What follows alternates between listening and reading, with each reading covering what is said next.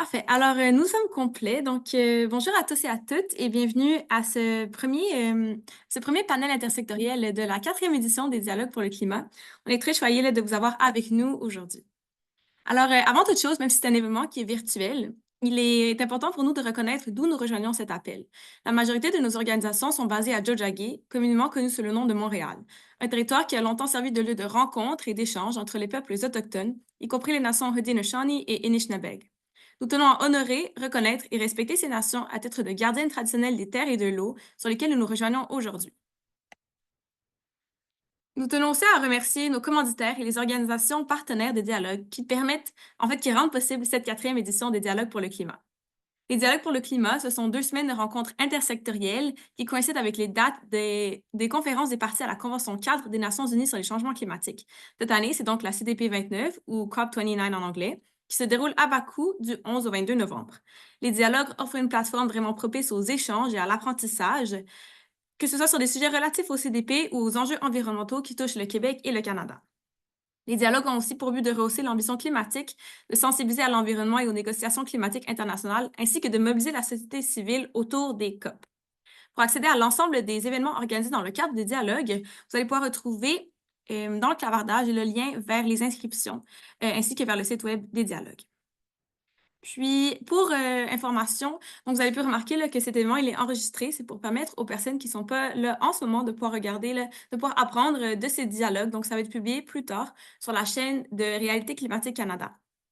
Et on aura une période de questions à la fin de ce panel. Donc, on vous invite à garder vos questions ou à les soumettre là, au fur et à mesure, soit dans la boîte Q&A qui se retrouve en bas de votre écran sur Zoom ou alors directement dans le clavardage. Puis, on va s'assurer là, de pouvoir y répondre vers la fin du panel. Et sans plus tarder, on va donc plonger dans le vif du sujet. Alors aujourd'hui, c'est la deuxième journée du sommet des dirigeants, la COP29. On est encore une fois accompagné par des personnes expertes qui sont avec nous pour nous parler de la géopolitique et de la dualité des conflits et de la coopération dans le cadre, dans un contexte plutôt là, de changement climatique. Je suis très heureuse de vous présenter aujourd'hui Marc-André Viault, qui est votre animateur pour la journée, mais qui est aussi directeur des relations gouvernementales chez Équiterre. Il dirige le développement du plaidoyer politique de cette organisation, en plus d'avoir été au cœur de la stratégie de développement de partis politiques fédéraux et municipaux dans la dernière décennie. Donc, bonjour Marc-André et je vous laisse la parole. Bonjour Agathe, merci beaucoup. Bonjour tout le monde. Agathe l'a mentionné, mais on m'a demandé de parler de la crise climatique, du contexte géopolitique, les élections américaines, la coopération internationale. Euh, Petit programme. Euh, comme introduction, je dirais, je commencerai peut-être avec des réalités qui nous touchent. Avec 2,5 milliards de dollars en coûts assurés, l'ouragan Debby a été l'événement climatique le plus coûteux de l'histoire du Québec, qui a dépassé la crise du verglas. Les coûts du côté du fédéral, les coûts de programme en assurance récolte pour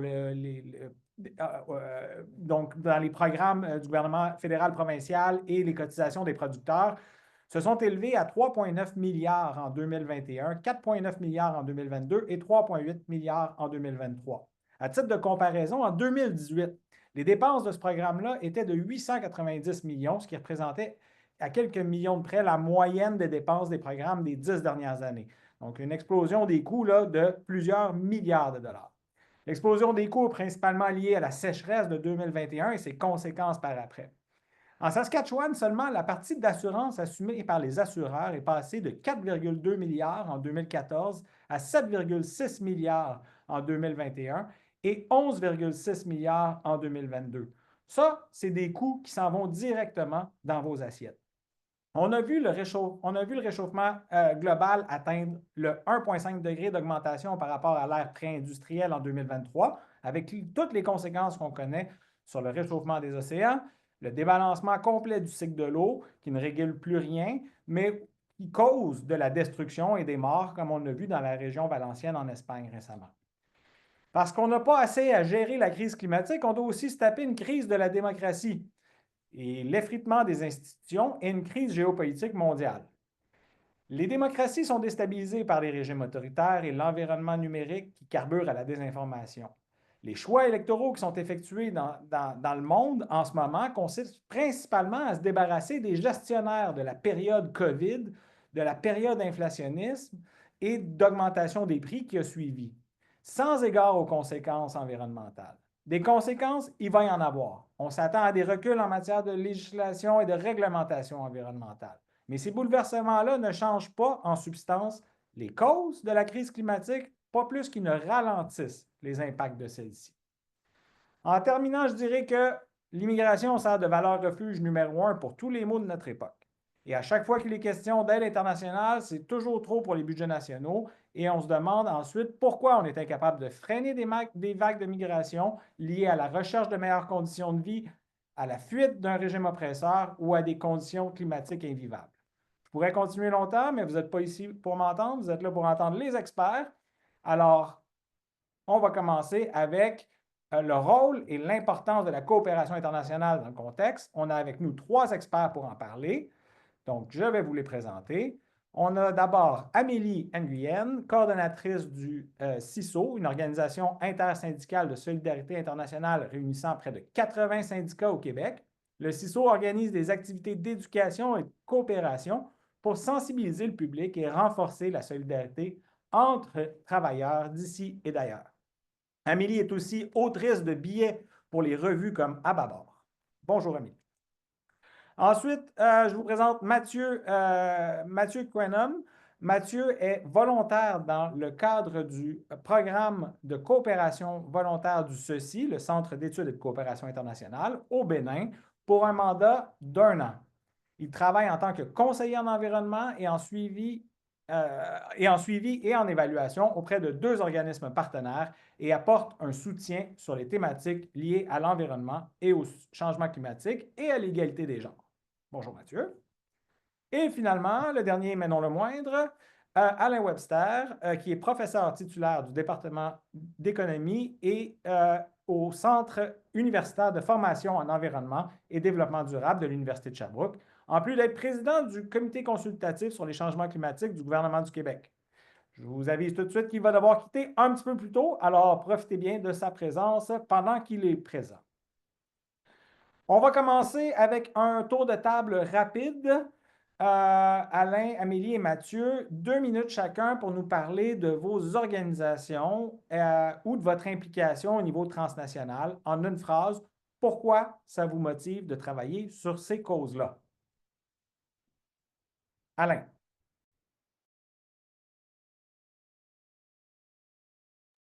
Nous n'avons pas de son, me dit-on.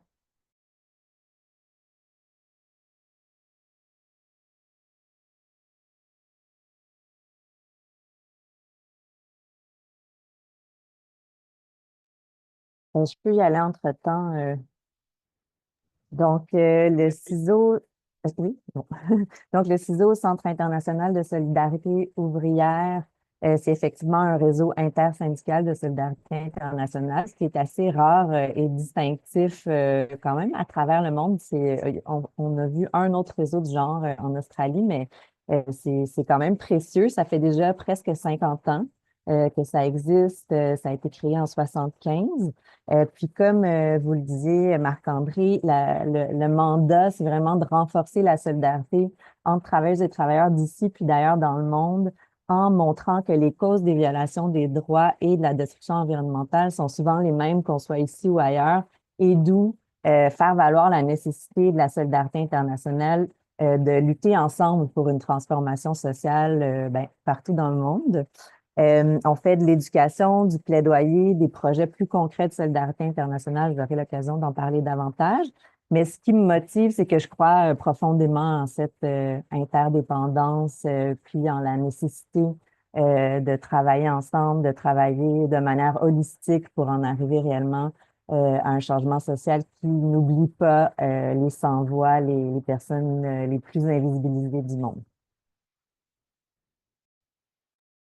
Alain, veux-tu réessayer?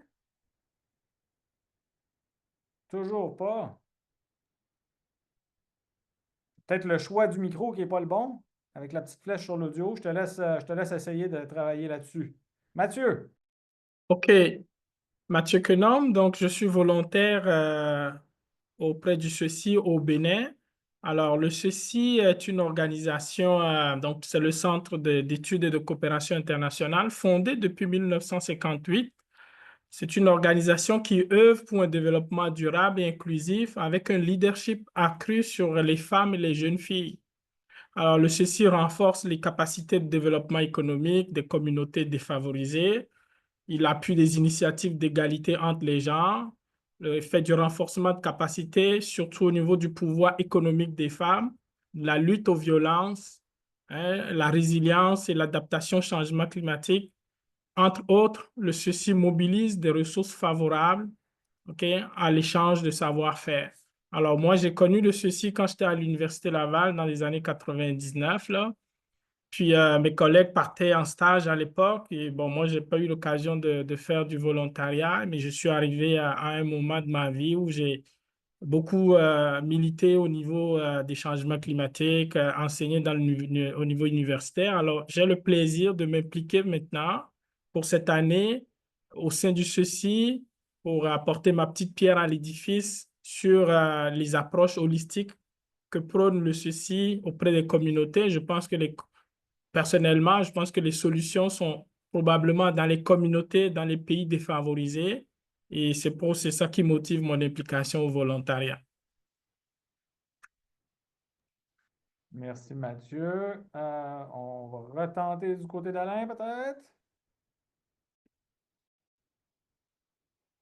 On est toujours sans audio de la part d'Alain. Alain, Donc, avez-vous des écouteurs que vous pouvez peut-être brancher à ce que vous utilisez pour vous connecter au Zoom? Bon, et il je va se pense qu'il va reconnecter, je essayer de crois. redémarrer. On va continuer dans le programme. On reviendra à Alain par après. Donc, je voudrais lancer là, la première question individuelle pour Mathieu. Est-ce que, j'aimerais ça que tu nous parles un petit peu plus en détail là, de ce qui se passe en Afrique de l'Ouest, des obstacles et des réalisations en matière de coopération liées à la lutte au changement climatique. Donc, je te laisse quelques minutes pour faire le tour de cette question-là. Bon, au niveau de l'Afrique de l'Ouest, ce que j'ai pu remarquer depuis que je suis impliqué, c'est que, bien évidemment, on sait que l'environnement, les paysages et les changements climatiques n'ont pas de frontières. OK? Donc, vous venez de parler un petit peu des ouragans qui ont frappé et qui ont entraîné beaucoup de coûts assez élevés. Alors, les communautés les plus défavorisées, notamment les femmes qui sont très frappées par les changements climatiques, ce sont les premières visées en termes d'impact négatif au niveau des changements climatiques.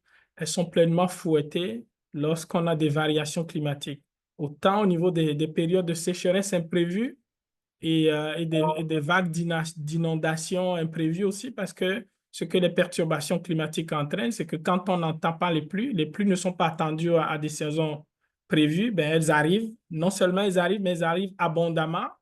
Et les femmes appelées à de nombreuses tâches dans leur vie quotidienne sont démunies des stratégies de conservation de cette ressource-là qui arrive abondamment de façon imprévue. Et c'est le cas inverse quand c'est les sécheresses, parce qu'elles n'ont pas de ressources pour nourrir les animaux, les enfants, toute la famille. Alors, l'implication du ceci, ce que ça apporte comme solution, c'est au niveau régional. C'est ce que je trouve très positif parce qu'il y a deux bons projets, donc notamment le projet REEL, donc REEL, qui regroupe trois pays, le Mali, le Niger et le Burkina Faso, qui sont des pays au niveau du Sahel, où le ceci met l'accent sur le leadership féminin, le droit des femmes, l'autonomisation économique en fonction des changements climatiques. Un deuxième projet mené par le ceci et bien sûr avec ses partenaires qui s'appelle le projet d'appui et d'adaptation climatique dans la forêt guinéenne, donc qui regroupe trois grands pays au niveau de l'Afrique de l'Ouest, la Côte d'Ivoire, le Ghana et la Guinée. Donc, c'est une forêt, c'est une zone climatique qui couvre trois pays. Donc, étant donné que les changements climatiques, l'environnement et les paysages n'ont pas de frontières, quand les perturbations climatiques arrivent, ben, ce sont des étendues de grandes zones qui sont frappées. Alors, je pense que c'est des approches de solutions beaucoup plus globales en partant des communautés locales qui vont faire la différence au niveau des approches. Et ce qui me touche particulièrement en tant que personne ayant des compétences au niveau des variations climatiques, c'est que le ceci ne différencie pas l'approche de l'autonomisation économique des femmes et les impacts des changements climatiques. C'est-à-dire qu'on ne peut pas apporter des solutions pour pallier ou bien des solutions d'adaptation et de résilience climatique en dissociant que le pouvoir économique des femmes, leurs droits, leur diversité au niveau de leurs revenus économiques, ce qui fait que toutes les approches menées par le suicide, en tout cas à travers ces deux grands projets, sont fantastiques et permettent de mettre de l'avant des solutions beaucoup plus pragmatiques au niveau des communautés défavorisées comme les autochtones, les femmes, et les changements, les approches des changements climatiques qui peuvent apporter des solutions pratiques au niveau des communautés, mais aussi à l'échelle un petit peu régionale. Voilà. Merci Mathieu pour ce tour d'horizon. Donc, je note qu'il y a quand même plusieurs niveaux d'action qui englobent non seulement la lutte au changement climatique, mais également la coopération et donc de dépasser les politiques nationales pour y aller dans une approche coopérative, mais qu'on est fondamentalement aussi dans une approche humaine qui est basée sur l'amélioration des conditions et de s'assurer d'avoir le meilleur impact possible sur le terrain. Et ça, je pense que c'est quelque chose qu'il faut toujours garder en tête quand on pense les politiques climatiques et les différentes politiques environnementales, comment elles vont toucher les gens et comment on peut faire la plus grande différence sur le terrain. On a Alain qui est de retour. Aura-t-il du son? On va le savoir bientôt. C'est une belle question, j'ose à peine m'exprimer. c'est beau. Ça marche? C'est beau, c'est beau. Bon, alors la leçon de ça, Marc-André, c'est que c'est essentiel, nos enjeux de sobriété, mais il faut reconnaître aussi parfois l'obsolescence d'un matériel informatique. J'ai donc littéralement changé d'ordi en me disant, celui-là, il est vraiment mort. Passons donc au suivant. Je suis en train de faire le mix entre les deux. Désolé de ce petit problème technique, c'est ça. Qu'est-ce que je fais ici? Vous pouvez vous poser la question et je peux presque me la poser moi-même parce que j'ai le bonheur de présider un comité consultatif mis en place dans une loi sur la gouvernance climatique et qui s'adresse au ministre de l'Environnement pour travailler sur la politique climatique à l'échelle du Québec. Et là, on essaie de travailler sur ces enjeux à l'échelle internationale avec une emphase importante sur ce volet coopération. Et pourquoi c'est utile qu'on participe à cette discussion? Ben, c'est assez simple et ça s'illustre par deux enjeux. Le premier avis qu'on a fait au ministre de l'Environnement il y a déjà 3 ans dans ce comité consultatif était assez simple. On ne peut pas traiter la question climatique dans un État comme celui du Québec sans réfléchir au fait que cet enjeu se traite à l'échelle internationale. Donc, le message au PM était assez simple. Vous vous pointez à la COP 26 à l'époque. Le Québec doit contribuer financièrement à cet effort international. Le message à l'échelle internationale, c'est d'accroître la contribution au Fonds d'adaptation des Nations unies. Vous devez être un acteur de ce fonds. Ben, bonne nouvelle, ça s'est traduit par une contribution à l'époque de 10 millions par Québec et ça a été renouvelé à chacune des années suivantes. Donc, ça s'est traduit par le PCCI également, le programme de coopération climatique qui date déjà d'un petit bout de temps. Donc, comment Québec inscrit finalement son effort climatique dans une perspective internationale. Ça, c'est essentiel. Vous l'avez en dernier avis qu'on a fait cet été sur le bilan de l'action climatique, on ramène sur un deuxième enjeu qui va dans le même sens, mais qui est fondamental. On ne peut pas travailler sur la question climatique sans intégrer la question de l'équité de façon systématique. Et cette question d'équité, c'est évidemment les plus vulnérables qui sont les plus impactés par cette question climatique. Tu l'as bien précisé dans l'introduction. Au départ, on voit les coûts, les impacts. On a souvent fait la distinction, surtout dans les dernières semaines avec le genre d'aberration qu'on a entendu. Ça coûte trop cher. Vous nous parlez de la fin du monde. Moi, je vous parle de la fin du mois. Mais en pratique, les plus impactés par ces enjeux, c'est les plus pauvres, les plus vulnérables. C'est vrai à l'échelle du Québec et c'est vrai à l'échelle internationale. Fait que le message, c'est qu'il faut inscrire cet effort en matière d'équité dans l'ensemble de la stratégie climatique, avoir finalement une lunette d'équité dans l'ensemble de la vision qu'on développe. On a fait ça aussi dans le rapport du groupe d'experts en adaptation. Et ça, cette équité-là, ben, se traduit aussi par des enjeux importants à l'échelle internationale. Et puis le dernier point, Parce que si je dis tout au début, j'aurais plus rien à vous dire après. Mais le dernier point là-dessus, il est aussi essentiel. On a fait un petit communiqué cette semaine au début de la COP pour dire, évidemment, ce qu'on a observé comme message et comme résultat démocratique, tu y as fait référence aussi en introduction, est catastrophique là, en matière d'aberration. C'était dur faire mieux en matière de dialogue climatique que ce qu'on a entendu dans les dernières semaines. On ne va pas toutes les reprendre, ces erreurs-là, mais on voit bien à quel point il y a un dérapage au niveau de l'administration sur ces enjeux-là. C'est une très, très, très mauvaise nouvelle et un retrait attendu de l'administration fédérale, de l'accord de Paris et de l'ensemble des stratégies en matière de lutte au changement climatique. Le discours qu'on entend à l'échelle fédérale et dans certains partis n'est pas tellement mieux non plus là, lorsqu'on est en train de faire comme principal slogan en matière de lutte au changement climatique quelque chose d'aussi aberrant que de scrap the carbon tax. Ben, c'est de vivre dans un monde de licorne imaginaire, c'est de ne pas comprendre à quel point ces enjeux sont fondamentaux.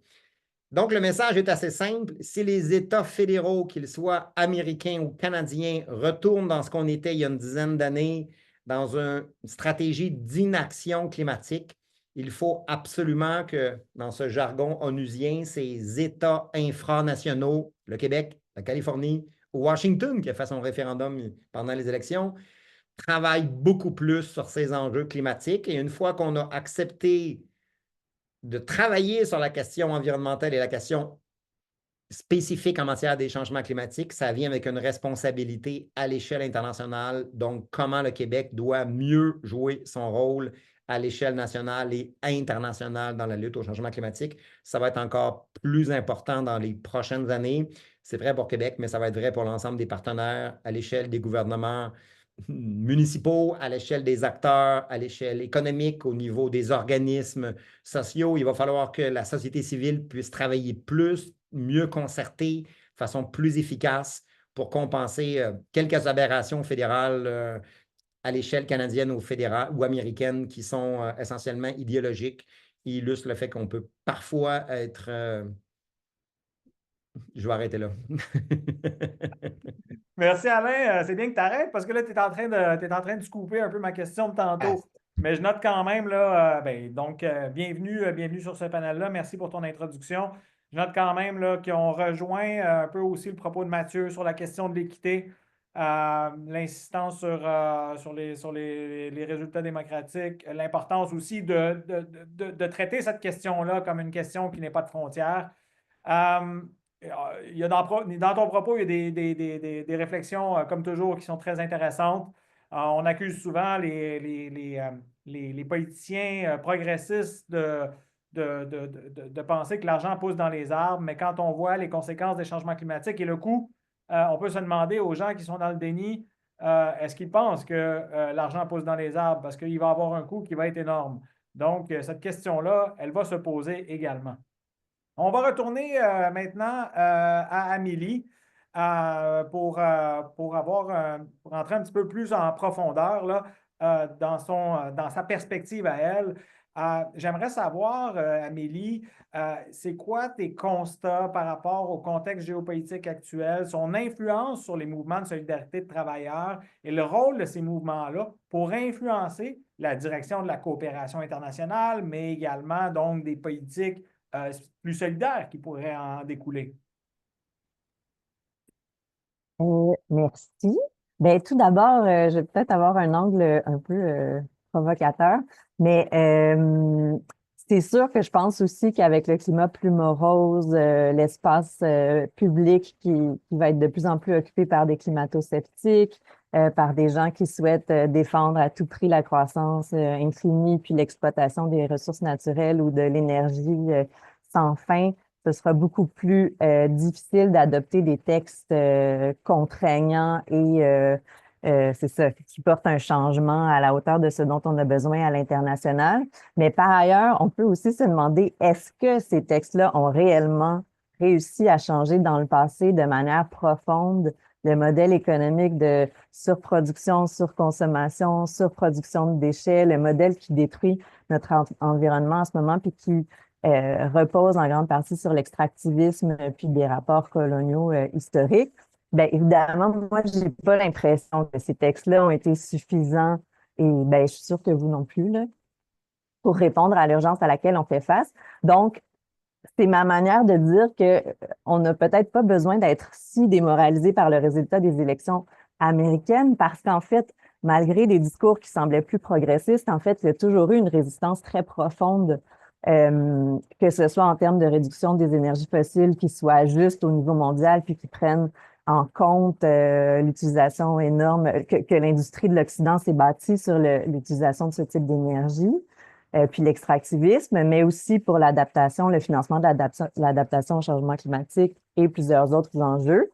Donc, raison de plus pour miser sur la continuité puis sur l'appui à des mouvements sociaux qui n'ont jamais cessé de lutter sans relâche pour la protection des territoires, puis tout ça à très grand risque pour leur sécurité. Puis donc, non, je pense pas que le portrait géopolitique actuel nécessite un changement.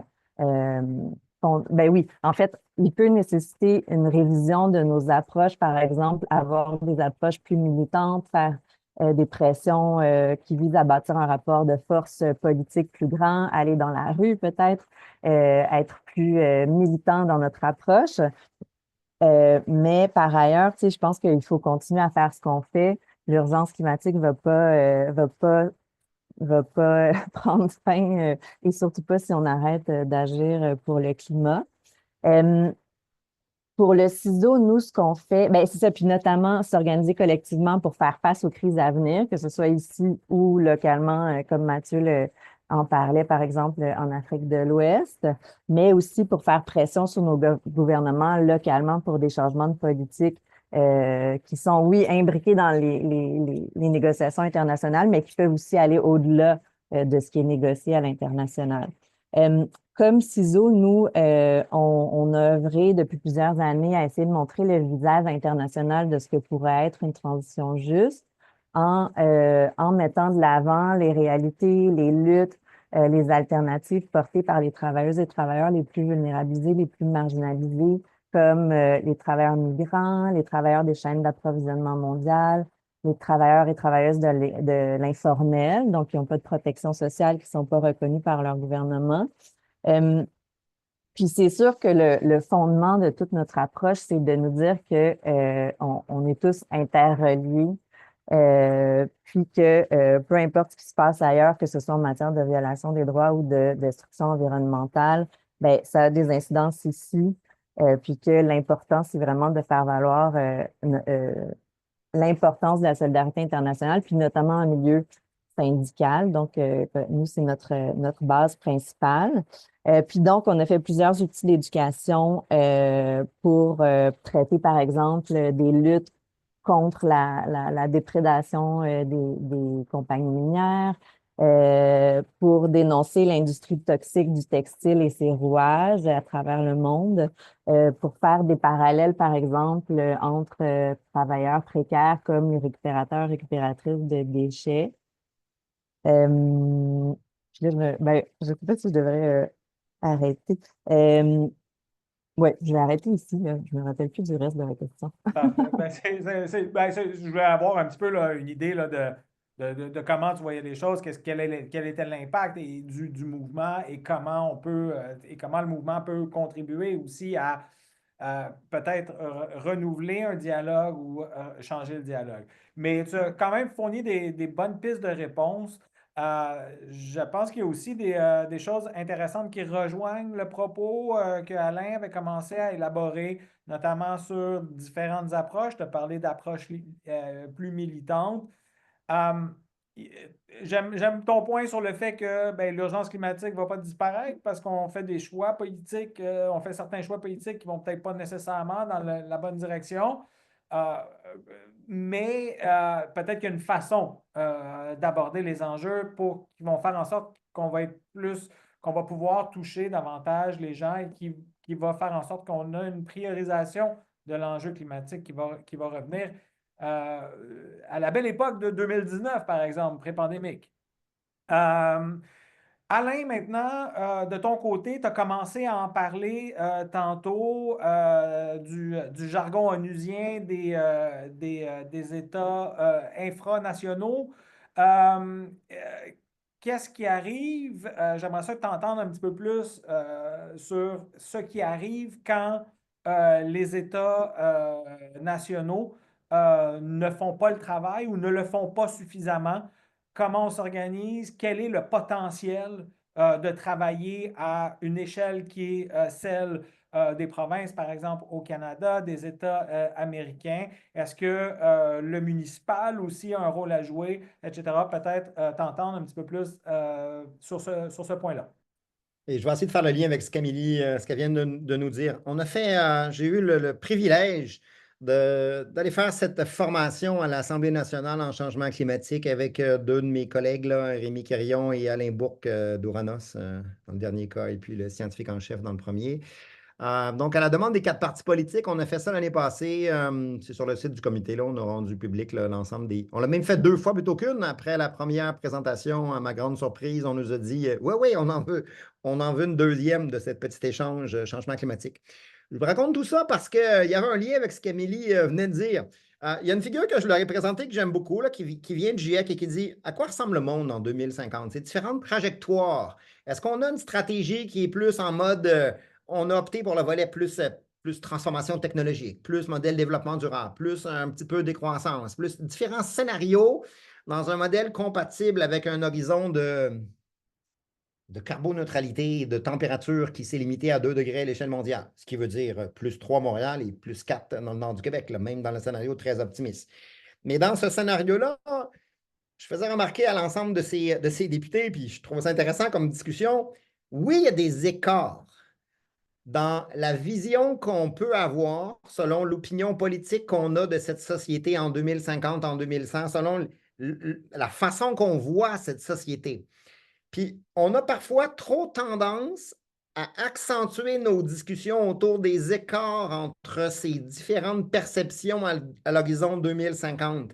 Mais pourtant, ce qui est le principal changement dans ces tableaux du GIEC, là, je ne l'ai pas devant moi, fait que ça a l'air un peu fou ce que je vous dis, mais c'est qu'on passe de 55 gigatonnes de CO2, de gaz à effet de serre sur la planète, à quelque chose comme 10 à 15 à la fin. Et c'est ça qui est l'écart majeur, la décarbonation de notre économie. Puis après, elle va ressembler à quoi l'économie? On ne le sait pas trop, là, mais globalement, elle va être complètement différente parce qu'on aura sorti de l'énergie fossile. Et moi, j'ai l'impression que dans ces enjeux de coopération, c'est comme si des fois, on met trop l'emphase sur ce qui nous distingue à la fin du processus dans une vision presque des fois gauche-droite, alors que la question climatique, ce n'est pas une question de parti politique. Ce n'est pas juste une question de je suis à gauche, est-ce que je suis à droite? C'est une question d'abord d'humanité, de logique, de vision. Et on met peut-être pas assez l'emphase sur ce qui nous unit, c'est-à-dire une décarbonation très rapide, la sortie du volet énergie fossile, en ayant en tête ces questions, bien sûr, d'équité, en ayant en tête ces questions d'équité à l'échelle nationale et internationale, mais réussir à faire cette transformation. Et ça, des fois, c'est comme si on l'oublie dans la discussion. Dans tout notre débat qu'on a, là, on a des fois trop tendance, je pense, à mettre l'emphase sur des petits points de divergence et non pas sur ce qui devrait être la convergence majeure, la nécessité au plus sacrant, que dis-je, la nécessité d'accélérer cette décarbonation le plus rapidement possible pour à la fois, tu l'as bien dit en introduction, des enjeux économiques, des enjeux en matière de santé, des enjeux en matière de résilience d'écosystèmes, des enjeux en matière d'équité nationale et internationale. Ça, ce n'est pas juste vision gauche, vision droite, ça touche tous les partis politiques. Les Anglais ont réussi à faire une très forte décarbonation. Les Français sont en train de faire du moins 50. C'est qu'importe les partis politiques. Tu sais, il faut revenir avec l'idée que le GIEC, au départ, ça a été lancé sous Ronald Reagan, républicain, et Margaret Thatcher. Ce n'était pas tout à fait la gauche non plus, tu sais. Puis ils ne comprenaient pas ce qu'ils faisaient, je pense. Mais globalement, comment on peut réussir à se dire, à l'extérieur de la joute partisane, comment mieux travailler sur l'importance climatique? On a déjà assez de problèmes avec l'industrie pétrolière, pas trop s'enfarger dans ce débat-là. Et donc, ça va supposer que des États comme le Québec et les municipalités doivent se dire, je dois finalement mettre en place les stratégies efficaces qui répondent à des besoins réels de la collectivité. Comment on travaille avec le volet syndical, avec un ensemble d'organismes, comment on ramène un ensemble de flux financiers privé, ça ne sera pas juste public, cet enjeu-là. Comment on ramène un ensemble de financement adéquat pour faire cette transition? Il y en a énormément à faire, puis on voit le résultat américain, bien, il y a quelque chose qu'on a échappé, là. Il y a quelque chose dans le discours qu'on n'a pas réussi à ramener en matière de priorité, c'est clair. On n'a pas entendu parler de climat du tout dans cette élection-là. Mais en même temps, on ne réussit pas à ramener dans la discussion le fait qu'à la fin, on va gagner quelque chose. On va gagner en termes de bien-être, on va gagner en matière de réduction de coûts de santé, en matière de gains sociaux, en matière de gains économiques pour faire cette transition. Et ça va demander un rôle, bien, si le fédéral n'est pas là, ça va demander un rôle des États qui, c'est leur responsabilité, ce que je disais tantôt. Si dans la Constitution, vous avez l'obligation de vous occuper de l'environnement, ben, ça vient avec un ensemble de responsabilités, travailler adéquatement et travailler là pour arriver rapidement à ce volet de décarbonation. Puis ça, ben, avec l'ensemble des partenaires, ça va nécessiter, je pense, une volonté de faire une transition. Après, ce que je disais, j'écoutais ce qu'Amélie disait tantôt, tu as tout à fait raison, c'est pas la fin là, du modèle. On n'a pas tout réglé à travers ce qu'on faisait antérieurement. On a quand même fait des gains là. Dans les dernières années, depuis 30 ans, dans la lutte au changement climatique. Le scénario 8.5 du GIEC, on n'en parle plus. Là. On n'est pas en train de se dire on ne sera pas à 5. Là, le scénario, c'est on est à 4, puis si on laisse aller les systèmes, on est à 3, mais c'est bien trop. T'sais. Fait qu'on a fait des gains, mais pas assez. Il faut en faire beaucoup plus rapidement, sur une base plus globale, qui ramène un ensemble d'acteurs à vouloir travailler ensemble. On a de la misère à fédérer le discours très sorti du fossile, et parce que peut-être on met trop d'emphase sur le volet, justement, qu'est-ce qui nous distingue et non pas qu'est-ce qui nous unit dans la lutte au changement climatique. Fait que j'ai l'impression que dans cette vision-là, il y a beaucoup de choses qui devraient être capables d'être prises en compte pour dire changeons.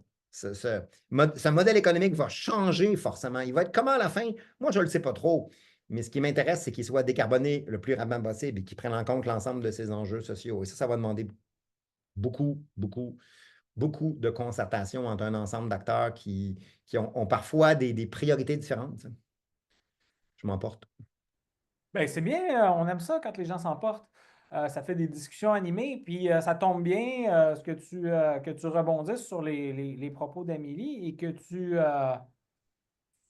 lances des pistes de réflexion parce que justement, j'aimerais ça que ce dialogue-là continue et qu'Amélie puisse prendre la balle au bon sur elle, comment elle voit ça de pouvoir un peu travailler sur ce dialogue-là, travailler sur ce rassemblement-là d'intérêts communs. Hein? On en a parlé, les frontières ne régissent pas les changements climatiques ou les phénomènes climatiques extrêmes. Comment on fait pour rassembler et quel est le rôle que tu vois, toi, dans ta perspective? Ben, pour moi, créer l'espace nécessaire au dialogue, puis briser peut-être la polarisation gauche-droite, ça passe d'abord par l'éducation populaire. Puis nous, ben, au CISO, on a la chance d'avoir accès aux milieux syndicaux qui représentent l'ensemble des tendances, puis dont des travailleuses et travailleurs qui sont directement touchés par des industries qui vont devoir transitionner vers ben, soit faire une autre industrie qui soit moins polluante ou changer leur mode de fonctionnement. Puis donc, je pense que c'est vraiment important de leur parler, d'être empathique, de comprendre leurs espoirs puis leurs craintes. Mais d'éduquer aussi sur pourquoi ces personnes-là se retrouvent dans une situation où ils ont peu de choix en termes de travail. Puis donc, à travers le monde, c'est sûr que le concept des zones sacrificielles, qu'on appelle ici peut-être avec une moins grande échelle, là, de manière moins dramatique, mais les régions ressources, c'est un peu ça, des zones sacrificielles qu'on dédie au développement économique tel qu'il est conçu depuis longtemps, là, de ressources qui vont nourrir l'industrie au Québec, au Canada ou ailleurs. Puis donc, je pense que donc l'extractivisme qui détourne l'économie locale, soit détruit l'économie locale ou concentre l'activité économique autour de l'extraction. Donc, je pense qu'aller à la rencontre de ces travailleuses et travailleurs-là, c'est vraiment clé pour bâtir des ponts Puis pour permettre une transition juste, parce que nous, c'est un peu notre manière de le voir, la transition juste, donc une transition qui allierait à la fois justice écologique et justice sociale, mais où aussi les travailleuses et travailleurs doivent pas porter le poids social et économique de cette transition-là. Puis un autre aspect important, je pense, c'est d'éviter d'entrer dans la logique de mise en compétition des travailleuses et des travailleurs, par exemple par rapport aux délocalisations ben oui, par rapport aux délocalisations, puis de vraiment, comme je le disais plus tôt, là, avoir une perspective euh, holistique, parce que d'entrer dans cette logique de mise en compétition des travailleurs, ça sert juste les employeurs, euh, puis ça empêche aussi là, de redistribuer réellement les richesses au sein dans les chaînes d'approvisionnement mondial. C'est sûr que là, ma réponse est un peu, pas directement sur les négociations climatiques, parce que nous, notre travail est beaucoup plus concret auprès des groupes locaux, puis auprès des bases de travailleurs. Euh, mais donc, je pense, bref, tu sais, je pense que faire passer le message des groupes qui vivent directement les impacts des changements climatiques, faire entendre leur voix, montrer les vrais impacts de nos comportements, de la consommation, de l'exploitation des ressources, du nouveau capitalisme vert, par exemple, qui plaide pour la course au lithium puis aux métaux rares, qui devrait nous sauver là, de nous sauver des changements climatiques. Donc, les fausses solutions aussi, montrer en fait toutes les incohérences du système via des exemples concrets. Ça a été aussi notre approche, là, comme le textile, l'industrie du numérique, qui permettent de faire des parallèles avec la réalité ici, euh, puis d'amener les gens à la fois à prendre conscience, puis à souhaiter se mobiliser en solidarité avec les autres personnes les plus affectées du monde par les changements climatiques, que ce soit. Mais oui, puis aussi, c'est sûr que la pauvreté, c'est un facteur clé de vulnérabilisation, je pense. Puis donc, nous, les populations avec lesquelles on travaille, les personnes qui travaillent dans les ateliers misère, les travailleurs migrants, ont quelque chose à dire à la fois pour inspirer notre mobilisation ici, puis ont besoin d'appuis internationaux pour renforcer leur lutte localement, mais aussi sont porteurs d'alternatives puis d'une compréhension beaucoup plus fine de ce que sont les impacts de notre modèle économique puis des changements climatiques dans leur réalité, comme pensons au Bangladesh, pensons en Haïti, pensons au Mexique. Donc, c'est ça, c'est des pistes en fait un peu détournées là, pour dire comment rebâtir le dialogue, parce que c'est ça, on peut pas ne pas parler, disons, à l'autre, puis penser qu'on va réussir à une transition globale qui permette de répondre aux défis auxquels on fait face maintenant. Merci, Amélie. Tu parles beaucoup d'une perspective d'éducation populaire, des travailleurs.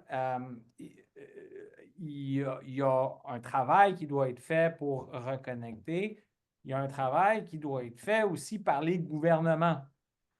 Comment on fait pour s'assurer que les gouvernements soient à l'écoute de la création de ces liens-là, qu'ils puissent les renforcer, qu'ils puissent aussi agir de la façon dont on veut agir. Alain, une partie de ce que tu fais, c'est de dire au gouvernement, regardez ça, puis il faudrait faire ça.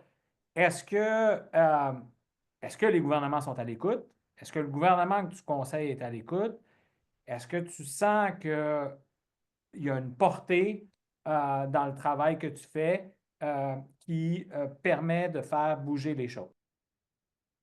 C'est une belle question existentielle qu'on se pose constamment en se disant pourquoi on y met tant de temps bénévolement là, pour faire avancer ces enjeux-là.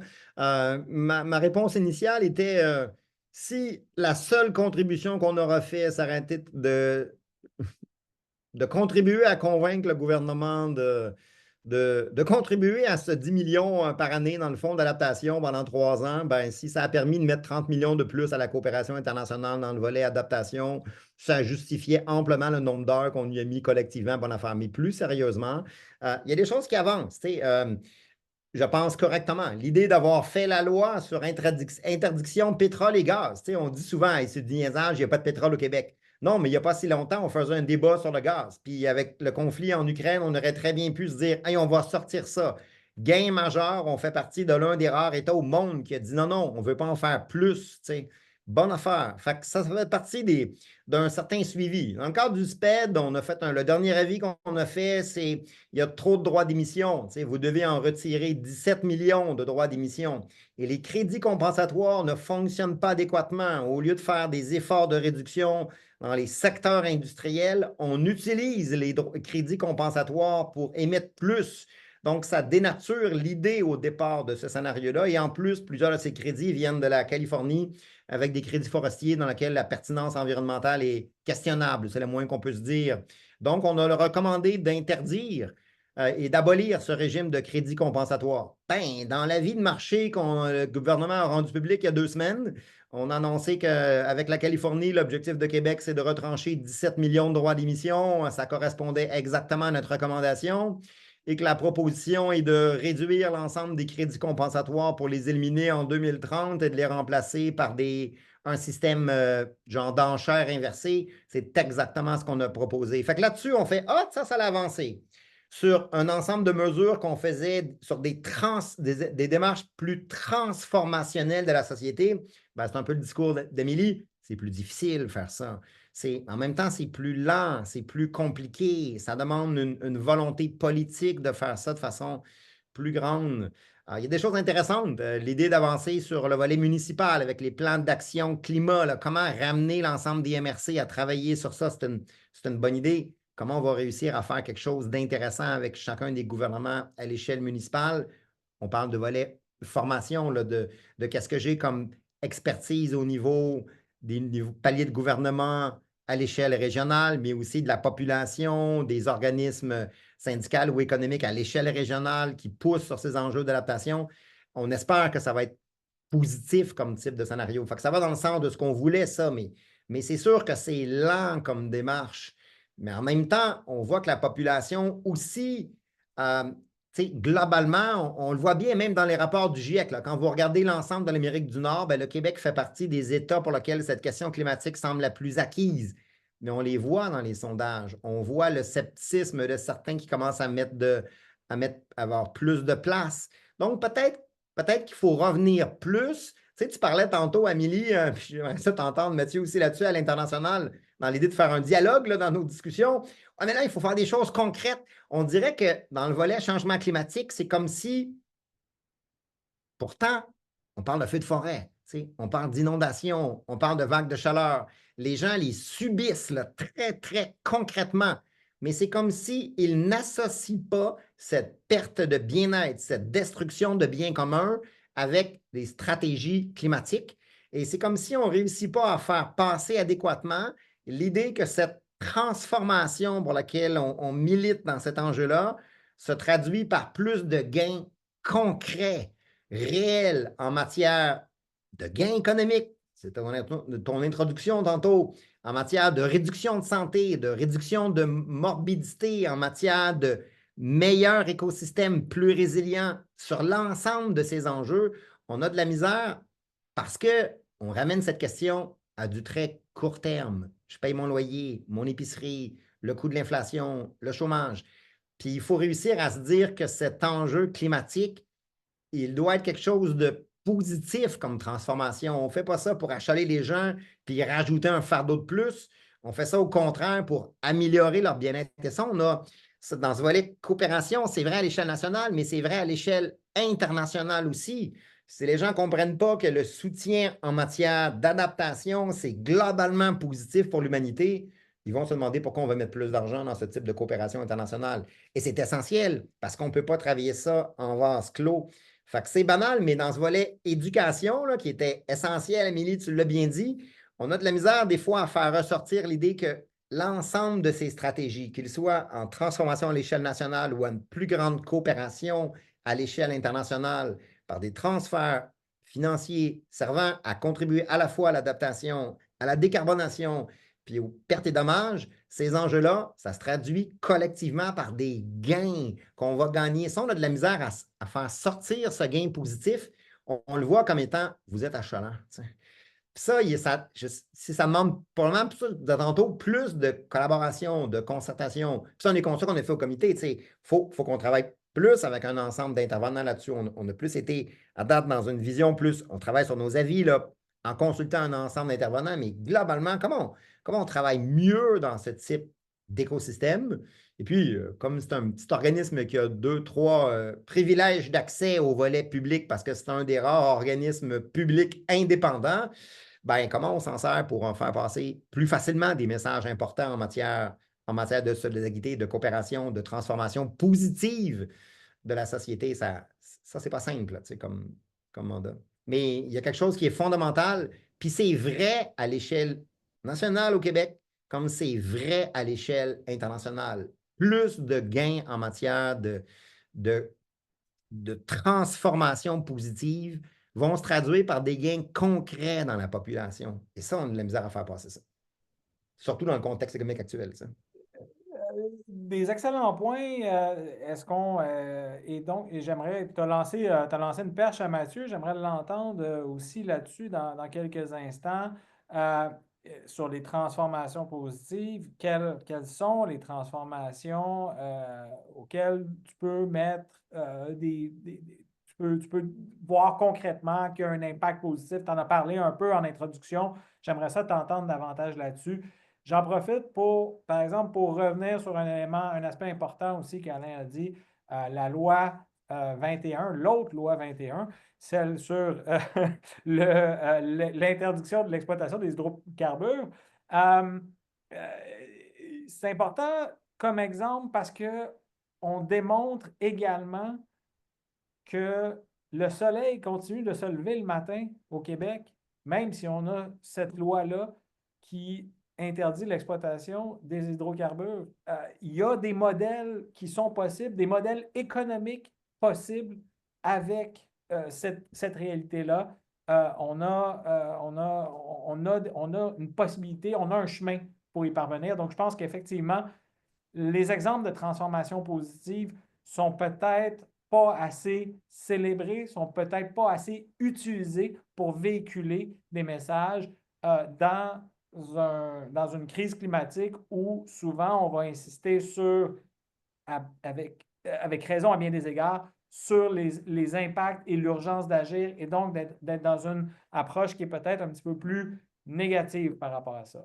Mais Mathieu, maintenant, de ta perspective, de ce que tu fais sur le terrain, peut-être des exemples justement de transformation positive et de réussite.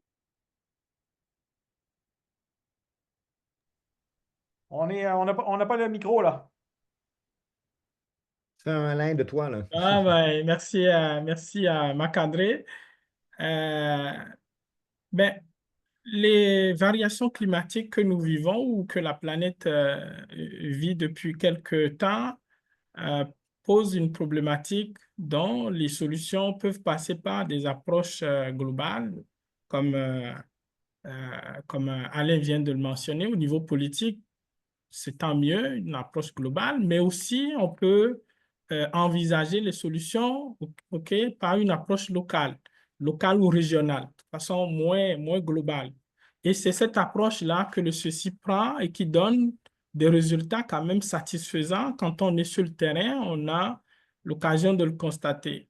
Et comme le CECI ne différencie pas les impacts des changements climatiques par rapport à comment sortir les populations les plus vulnérables de leur vulnérabilité, ben, ça donne des solutions intéressantes. Par exemple, le projet qui se déroule dans la forêt guinéenne, par exemple, permet de donner plus de formation, plus d'outils, plus de moyens, donc un coffre à outils à des groupes de femmes, à des organisations partenaires pour leur permettre à elles-mêmes. Donc, ce sont des plans qu'on fait. Donc, quand on est sur le terrain avec nos approches de volontaires ou de personnes qui sont impliquées, on permet aux organisations de femmes d'avoir un plan qui intègre elles-mêmes leur approche parce qu'elles ont des connaissances endogènes qui ont probablement été négligées pour aborder des problématiques comme ça dans le passé.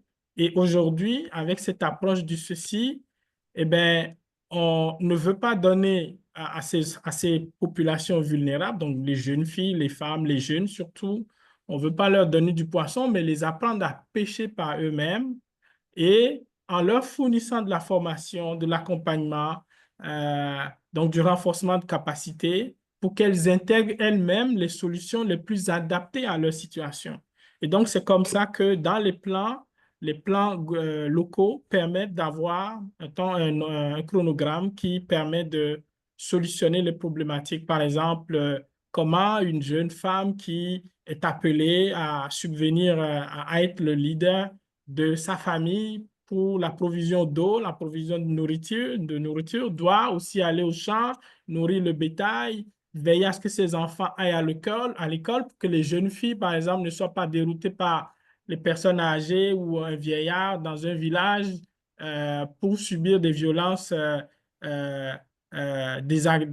déplacées. Alors, si on procède par des plans, donc des plans locaux qui intègrent des approches, qui leur donnent des moyens et des outils, elles peuvent elles-mêmes apprendre à solutionner des problématiques. Et ça passe par des résolutions euh, euh, des situations où elles deviennent de plus en plus autonomes au niveau de la transformation des ressources naturelles. Par exemple, au lieu de faire que du jus, par exemple du jus de fruits, ben, il y a des plantes, des produits forestiers non ligneux où elles peuvent faire des jus de plantes, des jus de feuilles et qui permettent à la famille d'avoir plus d'autonomie financière. Elle peut avoir une diversification de revenus à travers des formations d'entrepreneurship que le ceci apporte avec sa formation et son soutien à travers nos programmes de soutien et de volontariat, etc. Et donc, au niveau local, sur le terrain, il y a des organisations de femmes qui ont réussi à sortir beaucoup de bénéficiaires d'une situation de précarité à une diversification économique, à une autonomisation économique. Et de plus en plus, une fois que la femme qui est le centre d'un cercle, qui est on va dire, le centre d'un cercle, c'est la femme, quand elle devient autonome financièrement, économiquement, eh bien, c'est la famille qui se porte beaucoup mieux. C'est la famille qui arrive à être beaucoup plus résiliente lorsqu'il y a des inondations ou des sécheresses. Elle peut ainsi aider à apporter des solutions à son niveau, adaptées à ses besoins, à ses réalités, au lieu d'amener un coffre à outils ou un plan tout fait qu'on lui remet, que si dans 2 ans, dans 5 ans, elle subit les mêmes variations climatiques, ben, comme elle avait déjà une solution toute adaptée qu'on lui amène, ben, elle ne sera pas capable d'être résiliente aux événements climatiques qui vont suivre. Donc ça, ce sont des aspects quand même assez positifs qu'on peut observer sur le terrain lorsqu'on vient comme volontaire avec le CECI ou avec d'autres partenaires, évidemment, qui sont au niveau de la coopération internationale. Moi, je pense sincèrement, pour finir, que cette approche locale ou régionale permet d'apporter quand même des solutions pragmatiques, hein, aux problèmes liés au changement climatique et à la pauvreté surtout. Merci, Mathieu. Et Mathieu, tu ne te rends sûrement pas compte l'idée que pour y arriver, il faut aussi plus de financement qui vient de cette coopération internationale. Il faut avoir les moyens Absolument. de réaliser sur le terrain Absolument, et gains. absolument, j'en ai D'où parlé, l'effort. oui. Absolument, oui, oui, oui. Évidemment, s'il n'y a pas de soutien financier, eh bien, la solution apportée par elle-même serait vraiment de l'utopie, là. Donc, ce que le ceci fait, justement, travaille aussi sur un volet financier pour que les plans locaux contiennent ou intègrent un petit peu un appui financier. Par exemple, on peut avoir une femme qui désire diversifier son revenu économique. Si elle était couturière, parce que, par exemple, au temps de Noël, elle peut avoir beaucoup de clients, mais à partir du temps de Noël, dès que le temps de Noël passe, ben, elle tombe toute seule. Elle peut avoir un petit potager, mais si elle n'a pas les moyens d'avoir un arrosoir, d'avoir des binettes ou d'acheter des semences, ben, il peut y avoir un petit programme qui peut l'aider à contourner justement à ce manque de financement, ce manque de moyens qui peut l'aider justement à devenir plus résiliente. Si elle n'a pas de sous pour aller acheter des tomates pour nourrir sa famille, ben en faisant un potager ou en s'impliquant au sein d'une coopérative de femmes impliquées au niveau de l'horticulture, de l'agriculture, ben au lieu de manquer de sous pour aller acheter des tomates, ben elle peut s'approvisionner de la tomate produite par la coopérative parce qu'elle-même, elle est devenue la solution à cette problématique elle-même. Donc, je pense que c'est une approche qui est quand même appréciée, là. Amélie, on va aller vers toi. Tu veux rebondir là-dessus. Je comprends de l'intervention de Alain et de Mathieu.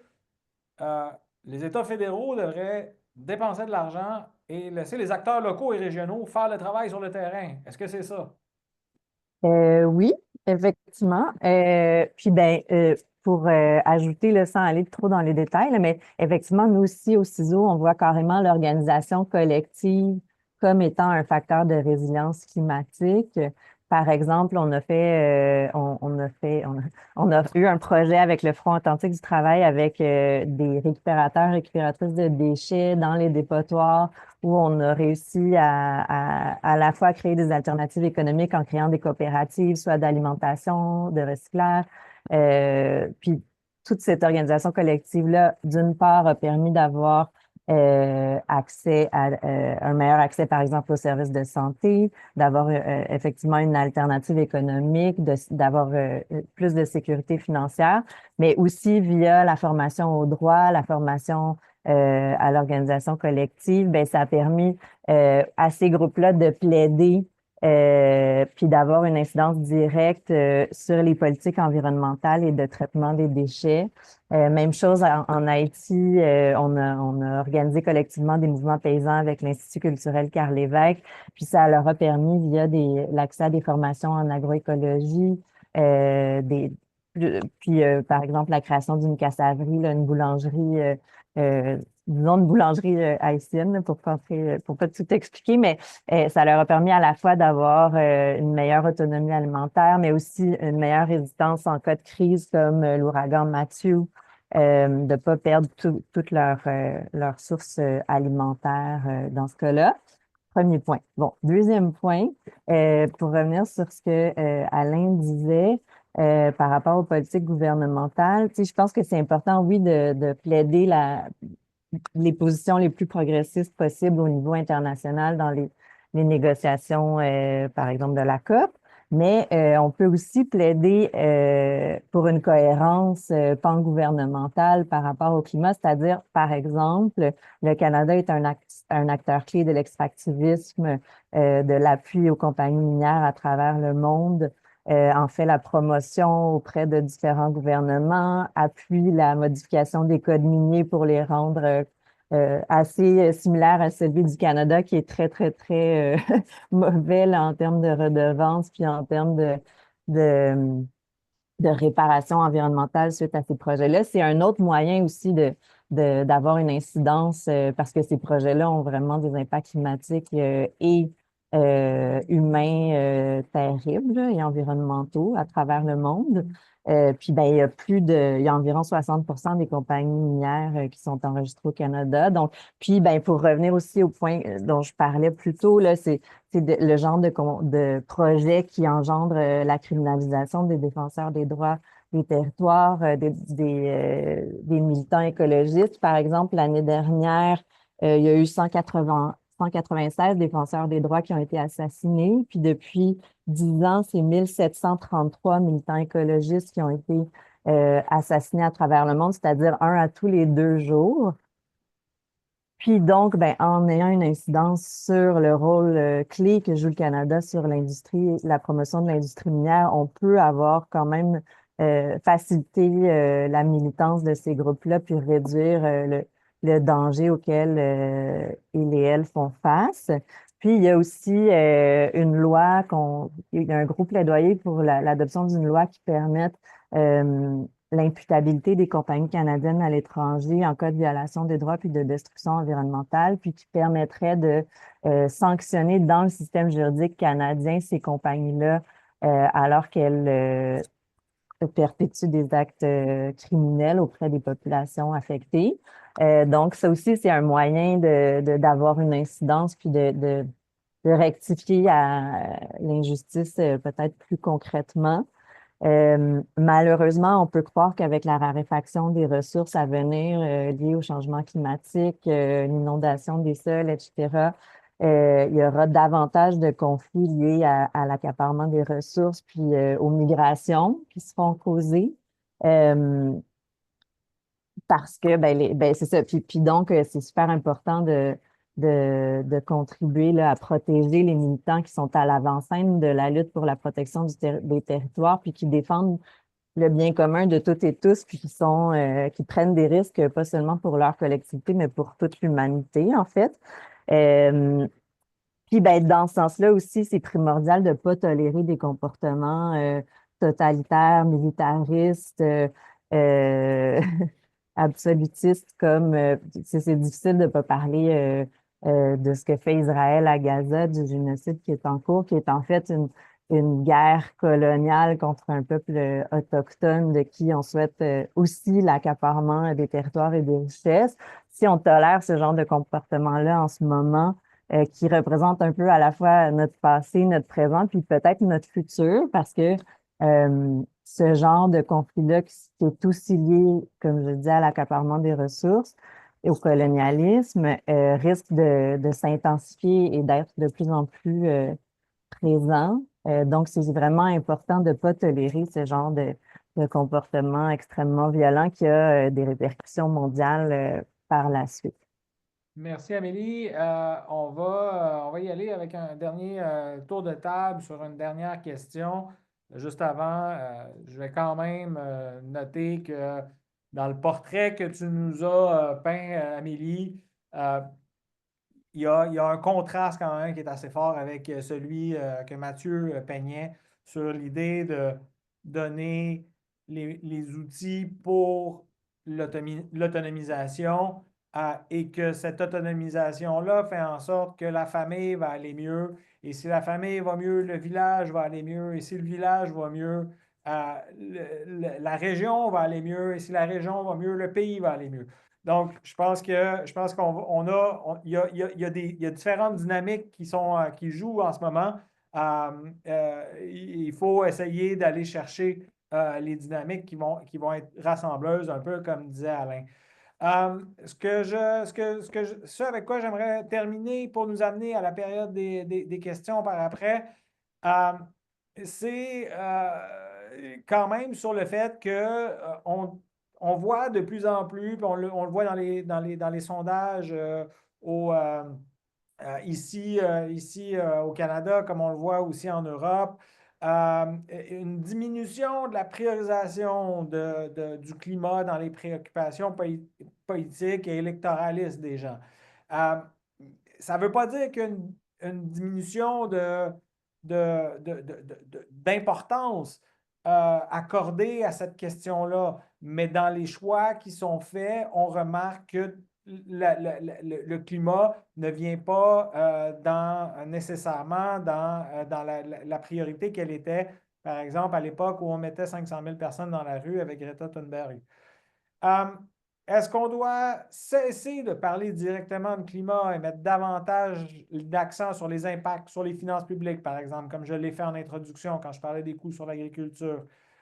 Parler des finances personnelles avec les coûts des assurances qui vont augmenter. On a parlé de santé tantôt, de mettre l'impact sur la santé. Est-ce qu'on doit contourner la question ou parler plus directement, ou est-ce qu'il y a plus de résonance dans le public en abordant la question des conséquences que d'aborder la question du nombre de GES dans l'atmosphère? Alain? C'est moi qui commence avec ça. Il ne faut pas arrêter de parler de changement climatique, ça c'est clair. Mais si on recule de quelques décennies, parce que ça fait tous des décennies qu'on travaille là-dessus, sur ces enjeux-là, au départ, c'était il y a un problème majeur. Il faut comprendre. On vient au caractère limite de nos ressources, la capacité d'accumulation de CO2 qu'on est en train de dépasser. Là. Ça, c'est clair. Fait on a beaucoup accentué la discussion sur il y a un enjeu. On va vous faire comprendre ça signifie quoi, les hausses de température, hausse du niveau de la mer, les feux de forêt. Maintenant, on les vit présentement. T'sais. Fait que quand on revient sur est-ce qu'il faut arrêter d'en parler, c'est pas arrêter de parler des GES et des changements climatiques, mais réussir à faire comprendre les liens entre cette crise-là se traduit par des pertes de bien-être. Et c'est ça, la perte de bien-être. Ça a des enjeux concrets en matière de coûts sur l'économie. Mais en même temps, solutionner ces enjeux, ça se traduit par plus de gains, ça se traduit par des avantages très concrets, par plus de bien-être collectif. Et ça, il faut trouver une façon de ramener ça dans la discussion pour qu'on puisse se dire, OK, ces options en matière de changement climatique, c'est ce que je priorise. Tes enjeux sur le volet de transport puis de tarification d'essence et compagnie, c'est pas pour je le vois comme étant une contrainte sur mon budget parce que tu m'amènes une charge financière. Il faut qu'à la fin, je le vois comme étant, ben, en même temps, j'ai des opportunités de me déplacer différemment, de changer ça. Ça peut être vu comme étant cette transition-là, on vient à l'expression classique, de positive. Et ça, si on ne ramène pas la population globalement dans ces actions-là, elle décroche. Elle n'est pas là. Puis là, on vient tantôt sur ce volet de transition juste. Bien, on ne peut pas se permettre de laisser personne derrière. Fait que c'est l'importance de ces enjeux en prenant les populations les plus vulnérables, mais en même temps en faisant comprendre l'importance des conséquences de l'inaction et des gains d'une action globale concertée dans tous les acteurs. Je reviens un petit peu au spin qu'on a fait à l'Assemblée nationale. Je l'ai ramené sur une figure que vous connaissez bien, l'ensemble des objectifs de développement durable des Nations unies, avec comme message en 2018 du GIEC, si on n'atteint pas nos objectifs climatiques, qui est l'objectif 13, ben, ça signifie qu'on va reculer dans tous les objectifs. Fait qu'à Québec, vous n'étiez pas là comme député pour vous faire élire sur la question climatique, mais si ce qui vous intéresse, c'est l'agriculture, le développement économique, l'éducation, le développement de votre village, le volet coopération internationale, qu'importe la raison d'être qui vous motive à faire des actions politiques à l'échelle nationale, puis pour moi, ça veut dire Québec, ça, pas fédéral canadien, là, tantôt pour ne pas mélanger la discussion, Amélie. Mais dans cette discussion-là, si ça vous intéresse une thématique particulière, que ce soit à l'échelle nationale ou à l'échelle municipale, régionale, ou au niveau de l'entreprise ou au niveau syndical, bien, si on perd la question climatique, vous allez perdre dans vos objectifs en matière de développement. Et c'est possible de gagner dans ces stratégies-là si on gagne en termes climatiques. Ça, on a de la misère à... Peut-être que les résultats des dernières années en termes électoraux à l'échelle européenne comme à l'échelle nord-américaine vont nous obliger à repenser le discours sur il faut ramener ça plus positif comme transition, plus non seulement faisable, mais si on voit ça comme étant c'est pas possible, les gens décrochent parce qu'ils ont l'impression que c'est trop gros pour eux et ne voient que l'aspect négatif. Fait comment on recrée un mouvement, tu as parlé tantôt du demi-million de personnes, ben, c'était comme c'est possible, c'est faisable, on est capable de faire mieux. Comment on réussit à faire ça collectivement? C'est pas simple, puis je n'ai pas la recette, là. Sinon, ce serait tout simple, puis on n'a personne là non plus. Mais il y a, je pense, fondamentalement une idée de non seulement il faut expliquer l'ampleur du défi, mais sur le fait qu'on possède les technologies, on possède les transformations sociétales possibles, on possède les outils, les connaissances. Il faut passer à plus d'action, à plus de mise en œuvre, à plus de cohérence de l'action de l'État. Tu en as parlé tantôt, Amélie, sur les différentes approches. Ça ne relève pas d'un ministère, ça relève de l'ensemble de l'action de tous les secteurs et ça fera plus de gains en santé, en économie, en social, pour les travailleurs et pour l'ensemble de l'État en général. Merci Alain. On va continuer avec Mathieu et ensuite Amélie. On va peut-être possiblement perdre Alain en cours de route, mais merci Gros d'avoir max 5 minutes, là, sinon je chante. C'est Parfait, catastrophique. excellent. Ben, on te remercie quand même à l'avance, puis on va peut-être avoir la chance de te reparler. Sinon, merci de ta participation. Mathieu, sur ces transformations positives-là, est-ce que tu vois justement qu'on est capable, et toi, est-ce que tu vois sur le terrain? Comment tu parles de l'environnement et comment tu convaincs de l'importance de ça? On a le même problème de micro que tantôt. Alain, numéro 2. Non, mais les concepts d'environnement et de changement climatique ne sont pas perçus par l'ensemble de la population sur le terrain, donc dans la sous-région africaine, comme on le perçoit comme on le conçoit au Québec et au Canada. Parce qu'on est à deux niveaux, on va dire, je ne veux pas parler de conscience, mais on est à un niveau de vulgarisation différente. Donc, moi, mon approche en tant que volontaire, et puis c'est aussi l'approche du ceci, c'est de vulgariser un peu plus, davantage, lors de nos interventions. Et c'est pour ça que je porte le chapeau que je porte au ceci, c'est que plus les gens, les populations, donc les populations autochtones, les communautés, les femmes, les jeunes, vont être beaucoup plus conscients de l'impact positif de l'environnement, donc de la réduction des effets de changement climatique par leurs propres actions, par exemple, concrètement, moins d'utilisation de plastique dans les rues, les styromousse, moins de riz ou bien moins de bananes plantains servies au bord de la route dans les styromousse parce que ça va s'engorger dans l'environnement, ça va boucher les canaux de circulation de l'eau sera polluée. Donc, plus on en parle, mieux les communautés prennent conscience des façons de faire et améliorent leur façon de faire. Un autre exemple qui est très positif que j'ai vécu tout récemment auprès d'un partenaire, après une formation sur les différents types d'énergie renouvelable disponibles à l'échelle locale, ben, ils ont décidé de tranquillement changer tous leurs instruments bureautiques, donc climatiseurs. Donc, on est dans un milieu chaud. Alors, il faut travailler comme si on était en hiver au Québec en fournissant du froid. Ben, elles ont décidé, ces partenaires ont décidé d'avoir des approches beaucoup plus vertes en réduisant par conséquent et de leur façon les gaz à effet de serre à leur échelle. Donc, un bureau plus vert, c'était pas conscient dans leur conception avant. Mais avec cette approche, un volontaire du ceci sur le terrain qui vulgarise les effets, les approches positives d'un comportement environnemental beaucoup plus profitable à toute la communauté, ben, ce sont des pratiques qui ont commencé à faire partie de leur chronogramme, de leur plan de marche et de leur plan dans les années à venir. Donc, je pense que des petites actions comme ça au niveau local peuvent aussi contribuer à avoir atteint le même objectif parce que, comme on le sait, un papillon chez Équiterre, un papillon qui vole au Japon peut avoir les répercussions environnementales au Bénin. Donc, c'est cette approche que nous prenons et je pense il faut continuer là-dessus.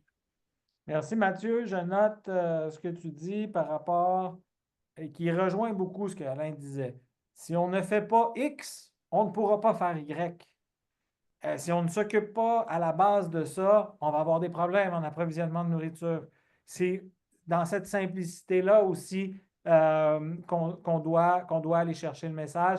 Rapidement, Amélie, parce qu'on veut laisser de la place pour les questions. Donc, peut-être une minute ou deux maximum pour conclure. Ben, pour le dire en d'autres termes, moi, je pense que l'approche de l'interdépendance des droits est clé pour à la fois dans l'analyse des impacts du changement climatique, mais aussi dans la manière de concevoir la réponse au changement climatique, c'est-à-dire concevoir à la fois les impacts sur la pauvreté, sur le droit à la vie, sur le droit au logement, et pour l'ensemble du monde, là, pas juste ici, mais dans d'autres populations qui sont les plus vulnérabilisées, souvent dans d'autres pays. Par rapport à... Puis c'est ça, ben c'est sûr qu'il faut montrer les impacts concrets ici et ailleurs des changements climatiques. C'est sûr que pour nous, au CISO, ça veut dire faire entendre la voix de ces populations-là qui les vivent de plein fouet, les changements climatiques, puis qui doivent déjà s'adapter que ce soit économiquement ou collectivement à leur nouvelle réalité, à leurs nouvelles conditions de vie. Puis ici, par exemple, ça peut être aussi par des exemples concrets comme le parcours de vie des migrants, des travailleurs migrants qui viennent ici. Il faut trouver le moyen de faire des parallèles que les gens comprennent et se sentent touchés par la réalité de ces personnes-là, de briser le déni, le déni qui est parfois présent ici, le confort. Je ne sais pas si je veux dire, le fait que ce soit plus une priorité électorale, est-ce que nécessairement ça veut dire que c'est plus une priorité tout court pour le public? Je suis pas certaine parce que les mouvements environnementalistes écologistes sont encore, à mon avis, très forts, puis se mobilisent peut-être autrement que via le système électoral. Puis peut-être que oui, ça dénote une perte de foi là, dans les institutions, puis la réponse gouvernementale ben, c'est ça, qu'on peut pas.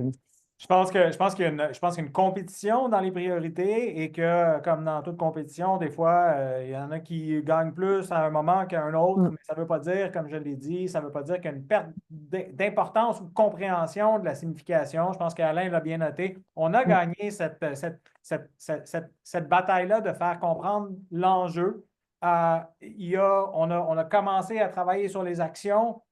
Mais on a encore du travail à faire là-dessus. Mais l'appréciation du danger que représentent les changements climatiques et de l'importance d'agir est là. C'est à quel moment on le fait et comment on le priorise et comment on met la pression sur les gouvernements. On est rendu là. Donc là, Une je pense petite qu'on peut... remarque finale, juste, je pense que c'est vraiment important d'axer vers le collectif puis non vers les petites actions individuelles parce que c'est très culpabilisant puis au bout du compte, c'est démobilisant puis ça mène pas nécessairement à la transformation sociale qu'on souhaite. Oui, Beau mot de la fin. parfait. Merci. Merci pour ça. Agathe, comment tu veux procéder pour les questions? Oui, donc on en avait déjà une dans le clavardage, puis ensuite de Kwame, puis ensuite on va pouvoir inviter les gens là, à soit les envoyer dans le chat ou alors juste lever la main, puis on va vous donner le droit de parole. Mais Monsieur Kwame, je ne sais pas si vous voulez poser votre question, je vais vous donner le droit de parole si vous voulez la dire à voix haute. Sinon, vous l'aviez mise dans le clavardage, on peut pouvoir la lire sinon. Oui, allez-y. Oui, allô? Oui, on vous entend. Oui, d'accord, merci. Oui, comment on appelle? Je vous suis depuis la Côte d'Ivoire. Ma question est la suivante. Est-ce que la question d'accès à l'énergie pour tous n'est pas synonyme de la pollution environnementale? Et est-ce que les politiques, la décision des politiques peut-elle résoudre la question de la décarbonisation? Merci. Est-ce que quelqu'un veut se lancer, tenter de répondre? Marc-André, je vais me permettre de me lancer très brièvement parce que je suis Vas-y. vraiment très en retard, mais Oui. au moins sur celle-là, là, le message qu'on a déjà dit au niveau du comité, c'est essentiel, ces actions politiques. Et tu l'as bien dit tantôt, Amélie, c'est essentiel des comportements individuels, mais ce n'est pas un enjeu d'abord individuel. C'est des choix collectifs de politique publique. Fait qu'il faut absolument mettre en place des stratégies efficaces, des changements transformationnels majeurs. Mais en même temps, ce n'est pas que l'État qui est capable de faire ça. Ça ne se décrète pas dans le Conseil des ministres. Il faut des politiques publiques efficaces pour faire cette transition, mais il faut également, dans le même sens, s'en aller là-dessus avec les gouvernements de proximité, avec les travailleurs, avec les entreprises, avec les citoyens. Ça demande une vraie démarche transformationnelle. Là-dessus, je vais vous laisser conclure parce que je vais tenter de gérer le volet temporel après, l'autre enjeu important dans la vie. Merci beaucoup. Merci Alain, merci beaucoup de ta Félicitations pour l'activité participation. encore. Bonne idée. Qui veut prendre la relève pour compléter ou tenter de compléter sur non seulement la question de l'action gouvernementale, mais également la question de l'énergie. L'énergie, j'imagine que ça dépend comment elle est produite aussi. Tout à fait. Si tu permets, Marc-André, je peux y aller. Effectivement, ça dépend de quel type d'énergie, hein. Donc, pour répondre à M. Kwame, nous avons plusieurs sources d'énergie. Nous, au Québec, on a la chance, ou bien en tout cas, on a le privilège d'avoir l'hydroélectricité, donc l'hydroélectricité abondamment. Dans d'autres provinces comme à l'est, au Nouveau-Brunswick ou un peu plus à l'est, il y a l'éolienne. Donc, il y a un petit peu ailleurs, en Ontario ou en avançant, on a la géothermie. Donc, il y a l'énergie marine aussi. On a beaucoup de biomasses sont apparues sur le marché au Québec et au Canada depuis une dizaine d'années. Il y a des hôpitaux comme l'hôpital de Bathurst qui se chauffe, qui fait toutes ces opérations à la base de l'énergie de biomasse. Donc, ça dépend de quel type de source d'énergie on veut fonctionner avec. Donc, si elle est produite de façon écologique, donc de façon raisonnable, de façon écologique, je vais dire écologique, donc qui respecte moindrement, OK, l'environnement, moi, j'en vois pas de problème, Monsieur Kwame. Si tu veux donner plus de détails, ça serait beaucoup plus apprécié. Mais sinon, l'énergie, ça dépend comment on la produit, de quel type d'énergie il s'agit pour pouvoir mieux la consommer de façon rationnelle. Je ne sais pas si j'ai apporté la meilleure réponse à votre question, monsieur. Oui, bien répondu, vous avez bien répondu. En tout cas, je suis très satisfait des deux réponses. Franchement, en fait, quand je parle des énergies, de l'énergie, je vais parler de soit ici en Côte d'Ivoire, nous avons les hydrocarbures et puis l'hydroélectricité que nous utilisons ici. Mais nous nous rendons compte qu'au-delà de ces hydrocarbures que nous utilisons, le développement de la biomasse pose encore problème parce que nous n'avons pas encore la capacité de développer la technologie au niveau de ces énergies-là. Donc, franchement, ça pose problème au niveau de l'utilisation des énergies. Donc, ce qui fait que par exemple, au niveau de la biomasse également, il n'y a pas encore cette technologie.